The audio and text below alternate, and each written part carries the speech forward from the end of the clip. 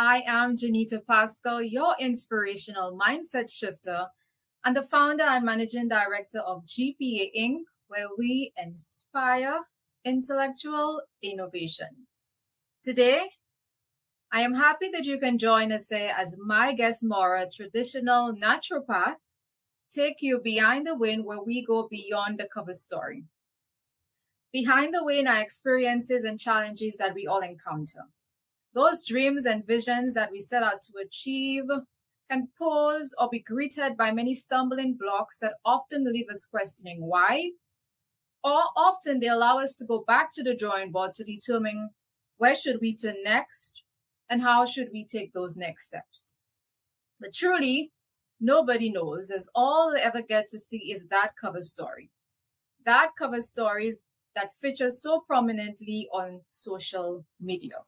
And that cover story that leaves others questioning, why can't I get there too? Here, we speak to authors, doctors, lawyers, professional coaches, entrepreneurs, your everyday people, and many more as they share and inspire you by sharing their experiences and or challenges that they encountered before basking in their winning season. Again, I want to thank you so much for joining us here as my guest joins us to share on the topic mental exhaustion and overwhelm in women. Hi, Maura. Welcome to this platform. Well, thank you so much for having me. Maura, we always like to begin by just breaking the ice a little. And, if I were going along my merry way and I happened to get stuck in an elevator with you, and we had the opportunity to introduce ourselves, who would you say Maura is and what is she best known for? Oh, let's see. Well, I'm very passionate about natural health. I'm very passionate about our body's ability to care for ourselves, to enact these healing programs. And I absolutely love ballroom dancing. Oh, lovely. So today we're really here to speak about mental exhaustion and overwhelming women. And I know that many women here listening to us today will be able to really lean into the message because we all, at some point in our journey, become overwhelmed or mentally exhausted. And I was doing some research before we came on here, and I realized that statistics show that women tend to be more burnout than men, experiencing mental exhaustion and heightened levels of overwhelm. Would you say, or what would you say causes mental exhaustion or overwhelm in women? And how do I know that I am mentally exhausted or that I am overwhelmed if I don't know what signs to look for? I know maybe I might feel, okay, today is not going as planned, but how do I know that I am mentally exhausted? Right. Well, let's actually start with that second question first. Like, what are some of the signs that you might not realize are signs that you're experiencing chronic overwhelm? We all have our day to day where one day is busier and a little more overwhelming, and it might not be every day, but signs that you might not realize are pointing towards chronic overwhelm would be things like skipping meals. It would be like letting piles of things stack up, piles of mail, piles of laundry, piles of dishes, especially if you prefer a tidier home. It would be not getting dressed. Like a lot of us work from home or maybe are stay-at-home moms and just rolling out of bed and spending your whole day in your pajamas and not really having the time or the mental capacity to take care of yourself. And even things like not being able to schedule a date with your partner or a coffee date with your closest friends are some signs of overwhelm. And I think women experience this, let's see. I think that there's a difference between how men and women operate. And of course, we have been able to really thrive in the work market, but for women, we need a lot of counterbalance to that productivity, drive energy. And our counterbalance looks different than men's counterbalance. So sometimes women will, take a kickboxing class to recharge, or do all of these things that are kind of more of that drive energy that's connected with achievement and productivity and checking off the to-do list, when what they need is something very different. They need kind of more of an open space to just rest and to not have to do and not have demands on themselves. And a lot of women do not give themselves that because they have connected productivity with their worth. Yeah, that is so correct, especially those career women who are always on the go. And for career women, we have career women who are able to, as you said, thrive through it all and continue going and do not give themselves a space, because everybody is impacted in a different way or in a different manner. The signs and the different behavioral patterns may show up differently for everyone. Um, Many women who are impacted tend to throw in the towel, talking themselves out of their dreams and visions or those things that they wish to pursue. How can one remain a willing participant in their journey, pursuing their goals, given their experience with overwhelm or mental exhaustion? Well, I can tell you one place that a lot of people start that I think is kind of one of the first things that trip people up, is that they go to a supplement, or they go to a specific kind of workout, or they're trying to kind of biohack, or they think that their exhaustion is related to food intolerance or something like that. And so they start this hunt and they create this really elaborate, like, quote unquote, self-care routine.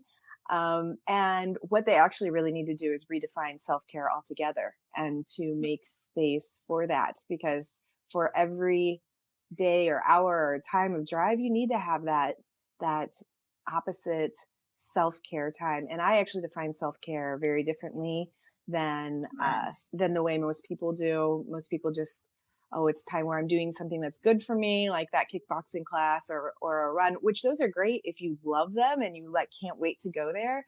But if you're forcing yourself into there because it's quote unquote good for you, then that's actually not self-care. And this, just to give credit where it's due, I borrowed this definition from Laura Doyle and her book, The Empowered Wife, because I thought the way she describes self-care is so amazing. And there's 3 components to it. It needs to feel good while you're doing it. It needs Yeah. to leave you feeling good afterwards and recharged.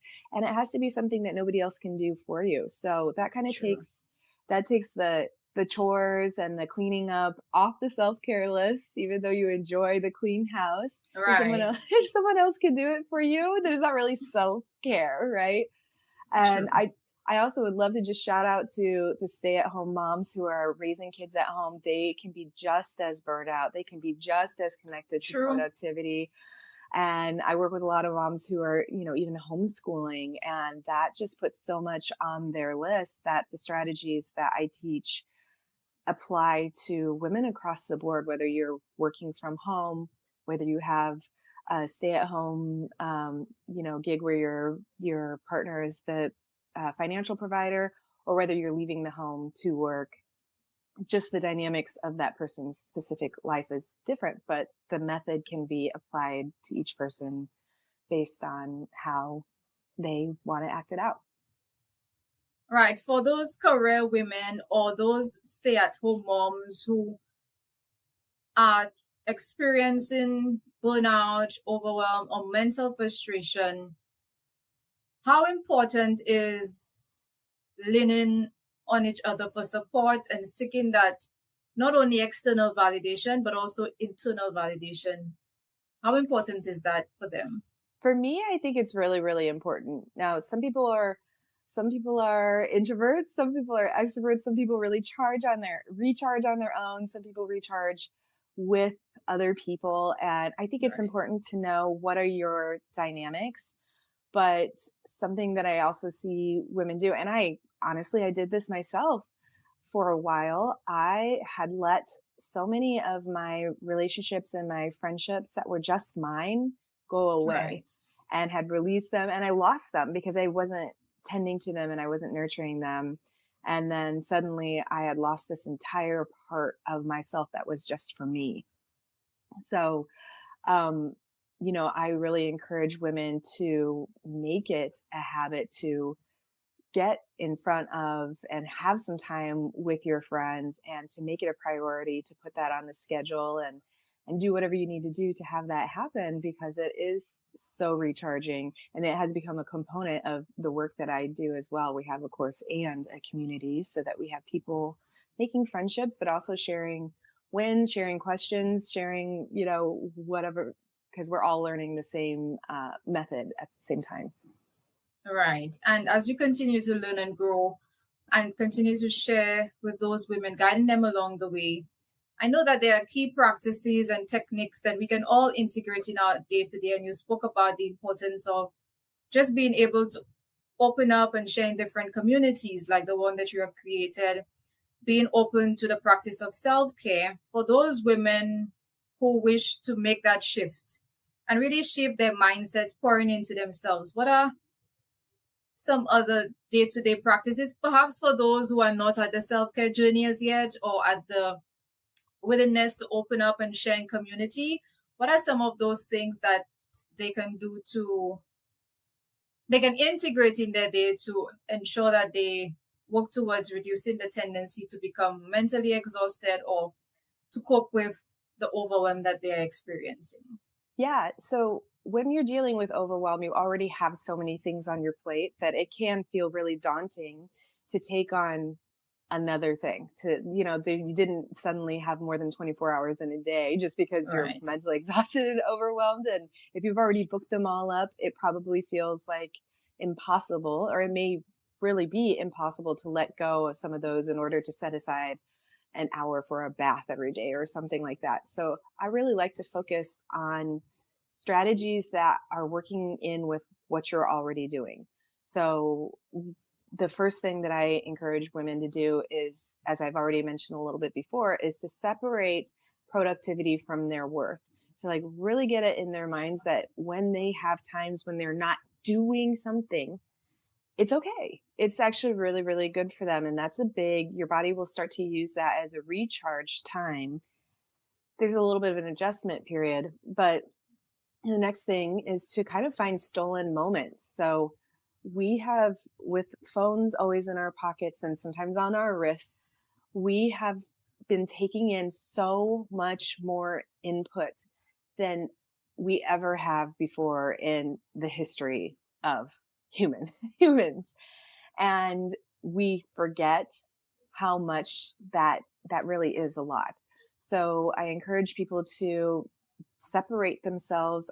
I personally do not have a watch that gives me notifications or anything like that, but it can even be Right. something simple like when you're driving and you're at a stoplight, instead of checking your phone and responding to a text or seeing what's going on social media, you leave the phone in your purse, in the cup holder, wherever, and you just take a few deep breaths and you practice getting into the habit of being like, for this next 1 minute, 2 minutes, however long you're at the light, there is nothing that urgently needs me.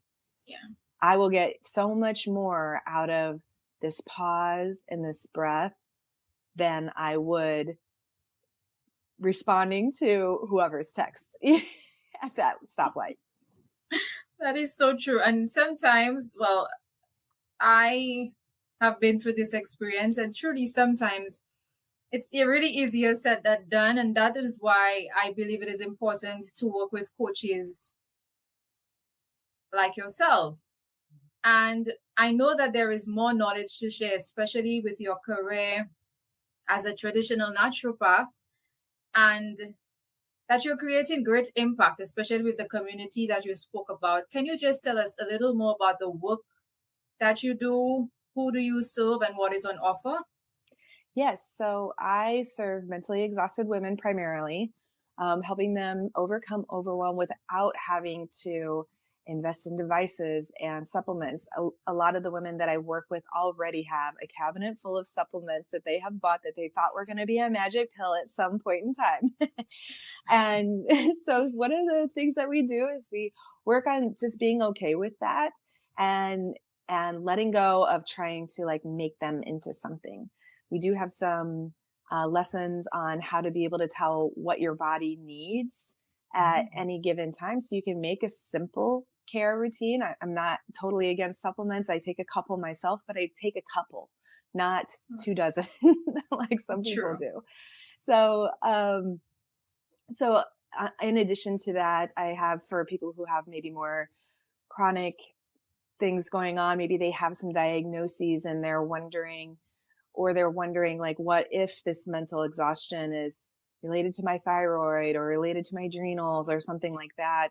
I have a way to do a whole body evaluation where we can ask the body, what is the most stressed? And then we can target both on the physical, nutritional, but also emotional level, the care that that part of the body specifically needs. So sometimes we have so much exhaustion because we're like low key trying to process through a stressor or an emotional event, something like even a trauma. It could be a capital T, it could be a lowercase t trauma. And that really is a drain on your energy if you haven't been able to get through and like be supported in processing that experience.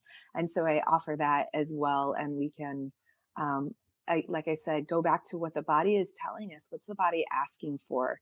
And I have a really simple evaluation process for that, so that we don't have to do guessing and testing and throwing pill after pill. Maybe it's this, maybe it's that at it. We have an idea of where to go, and then we find the protocols are much more effective. Okay, and for those individuals who would like to work with you and who would come across this video and experiencing mental exhaustion and overwhelm, I know not a lot of the women who would frequent our pages often complain about not being able to find a balance, being exhausted, being overwhelmed, wanting to throw in the towel. I know that once they come across this video, they would want to contact you. So how can they contact you, and where can they reach you? Well, the easiest place to find me is Instagram at Flex Health with Maura, and there's a dot between each word. Alternatively, my website is the same name, flexhealthwithmaura.com. And those are great places to find me. Okay, sadly, we have come to the end of the video, but guys, audience, this is not the end for you. You can go on to Instagram and to Maura's website to begin the work as you begin to shift your mindset, overcome mental exhaustion and overwhelm. But before you leave us, are there any nuggets you can share with that woman who is currently, just any last words for that woman who is currently experiencing mental exhaustion or is truly overwhelmed due to the changes, new processes, life challenges? Yeah, it's a message of hope, because that feeling better is actually closer than you think. When I started using the method and like putting those pieces together and really had it, it was weeks when I was feeling better. Whereas the other methods that I had used were telling me, oh, it's going to be months before you even know.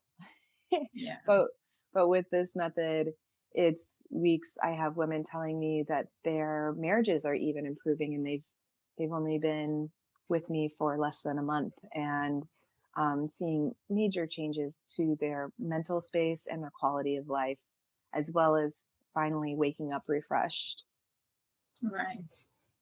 And guys, truly, when you're able to put in the work and work with experts like Maura, you can truly see that change or that transformation in your life. So don't, again, as she discussed with us, integrate those best practices into your journey, work with the experts, pour into yourself, and know that you can feel better and that you can grow and transform regardless of the challenge and regardless of the change that you're experiencing in life. So again, I want to thank you guys so much for joining us here today.